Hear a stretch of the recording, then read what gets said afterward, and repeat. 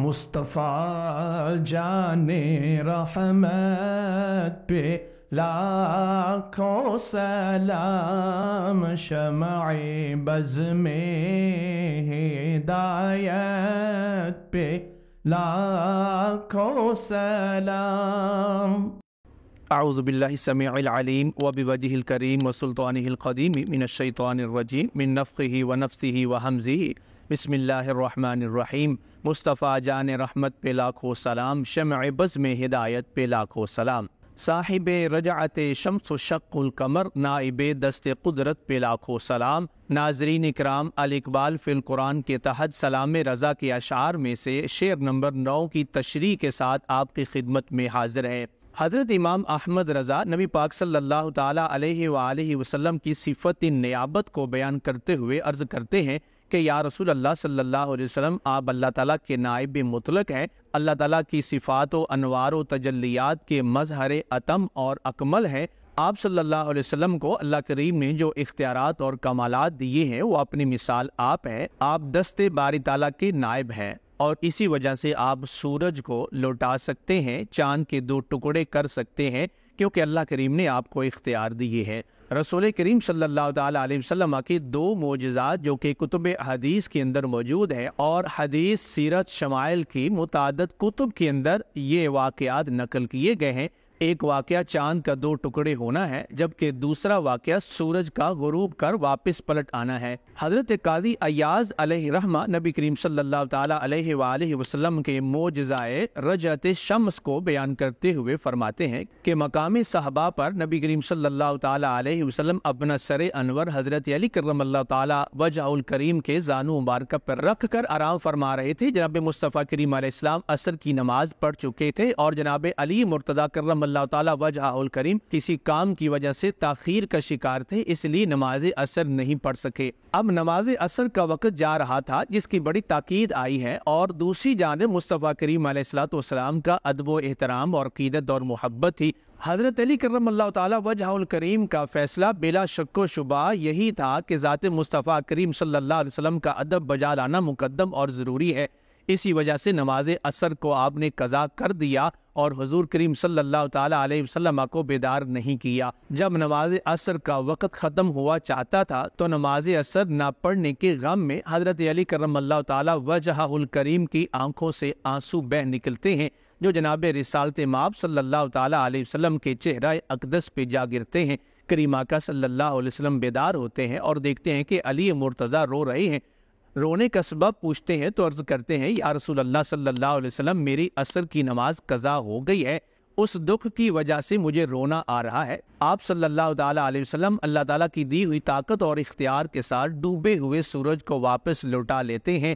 سورج دوبارہ سے آب و تاب کے ساتھ چمکتا ہے۔ حضرت علی کرم اللہ تعالیٰ وجہ الکریم نماز عصر ادا فرماتے ہیں، سورج دوبارہ غروب ہوتا ہے۔ حضرت علی کرم اللہ تعالیٰ وجہ الکریم اس واقعے سے سبق دینا چاہتے ہیں، جس کو حضرت امام احمد رضا علیہ رحمہ نے بہت خوبصورت انداز میں، محبت بھرے انداز میں یوں پیش کیا ہے: مولا علی نے واری تیری نیند پر نماز، مولا علی نے واری تیری نیند پر نماز، اور وہ بھی عصر جو سب سے اعلیٰ خطر کی ہے۔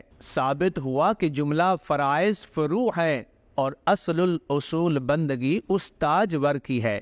سن کر تمہارا حکم پلٹ آیا آفتاب، جس نے کیا چاند کو پارا تم ہی تو ہو۔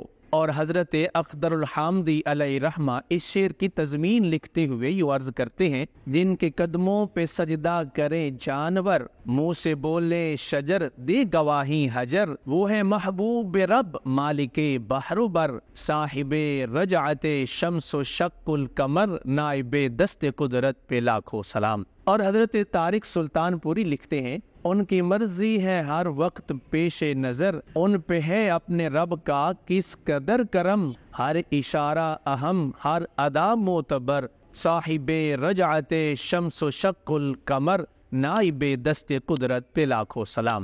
اور اس شعر کے اندر چاند کے 2 ٹکڑے ہونے کا واقعہ حضرت امام احمد رضا نے جو بیان فرمایا ہے یہ کتب حدیث کے اندر موجود ہے۔ بخاری کے اندر بھی اس واقعے کو نقل کیا گیا ہے، تاہم سیرت اور شمائل کی مختلف کتب کے اندر مختلف انداز سے اس کو بیان کیا گیا ہے۔ اہل سیر لکھتے ہیں کہ یمن کا رئیس حبیب یمنی حج کے لیے مکہ آیا تو مکہ کے سرداروں میں سے ابو جہل کے ساتھ حبیب یمنی کا درینہ تعلق تھا جو دوستی میں تبدیل ہو چکا تھا۔ حبیب یمنی ابو جہل کے پاس گیا اور ابو جہل سے جناب رسالت مآب صلی اللہ علیہ وسلم کے جو چرچے سنے ہوئے تھے اس بارے دریافت کیا۔ ابو جہل نے حبیب یمنی کو تاکید کی کہ تم جناب محمد صلی اللہ علیہ وسلم کے پاس نہیں جاؤ گے، نہ ان کی بات سنو گے، وہ تو بہت بڑے جادوگر ہیں اور جو ان کے پاس جاتا ہے انہی کا دیوانہ اور مستانہ ہو جاتا ہے۔ حبیب یمنی چونکہ یمن کا رئیس تھا کہنے لگا، اے ابو جہل، تمہاری بات اپنی جگہ پہ بجا ہے، لیکن میرے پاس ایک ایسا مطالبہ ہے کہ اگر وہ جادوگر ہوئے تو میں ان کو بے بس کر دوں گا، لہٰذا میں ان سے ملنا چاہوں گا۔ حبیب یمنی ابو جہل کو لے کر نبی پاک صلی اللہ علیہ وآلہ وسلم کی بارگاہ میں حاضر ہوتا ہے۔ آسمانوں پہ چاند آب و تاب سے چمک رہا ہوتا ہے۔ ابو جہل کہتا ہے، اے محمد صلی اللہ علیہ وسلم، اگر آپ نبی ہیں تو نبی کے پاس معجزات ہوتے ہیں، میرے دو سوال ہیں، اگر آپ ان کو پورا کر دیں تو میں آپ کو نبی مان جاؤں گا۔ ایک سوال میں آپ کو بتاؤں گا اور دوسرا میں دل میں رکھوں گا جس کا آپ کو جواب دینا ہوگا۔ نبی کریم صلی اللہ تعالی علیہ وسلم کی بارگاہ میں حبیب یمنی کا پہلا مطالبہ یہ ہوتا ہے کہ جادو تو زمین پہ چلتا ہے، آسمانوں پہ نہیں چلتا۔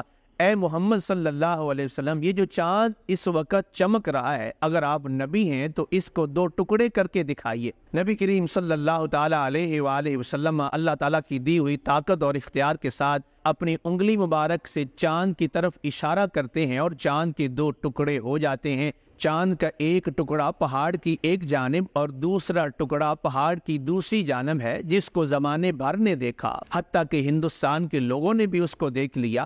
حبیب یمنی جب یہ دیکھتا ہے کہ نبی پاک صلی اللہ تعالی علیہ وسلم نے چاند کے دو ٹکڑے کر دیے ہیں تو عرض کرتا ہے، اب اس کو جوڑ کے بھی دکھائیے۔ نبی کریم صلی اللہ تعالی علیہ وسلم اشارہ کرتے ہیں تو چاند کے دونوں ٹکڑے ایک ہو کر دوبارہ آب و تاب سے چمکنا شروع ہو جاتے ہیں۔ حبیب یمنی جب یہ دیکھتا ہے تو اس کی زبان پہ جاری ہو جاتا ہے، اشہد ان لا الہ الا اللہ وحدہ لا شریک لہ واشہد ان محمدا عبدہ ورسولہ۔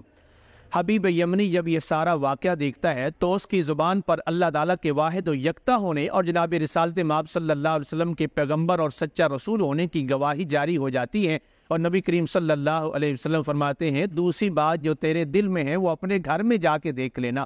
حبیب یمنی اس انتظار کے اندر کہ واقعی اللہ کے سچے نبی ہے ایمان لے آتا ہے، اور وہاں سے جب رخصت ہوتا ہے تو دل کے اندر حسرت ہوتی ہے کہ دوسرا میرا جو مطالبہ تھا وہ یقیناً پورا ہوا ہوگا۔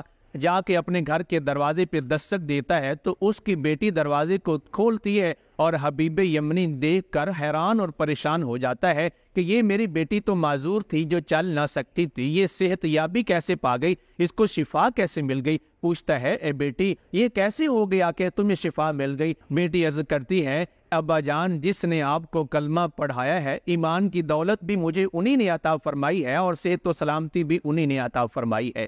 سبحان اللہ، سبحان اللہ۔ اللہ رب العالمین نے اپنے محبوب کو کس قدر عظمت و شان سے نوازا ہے۔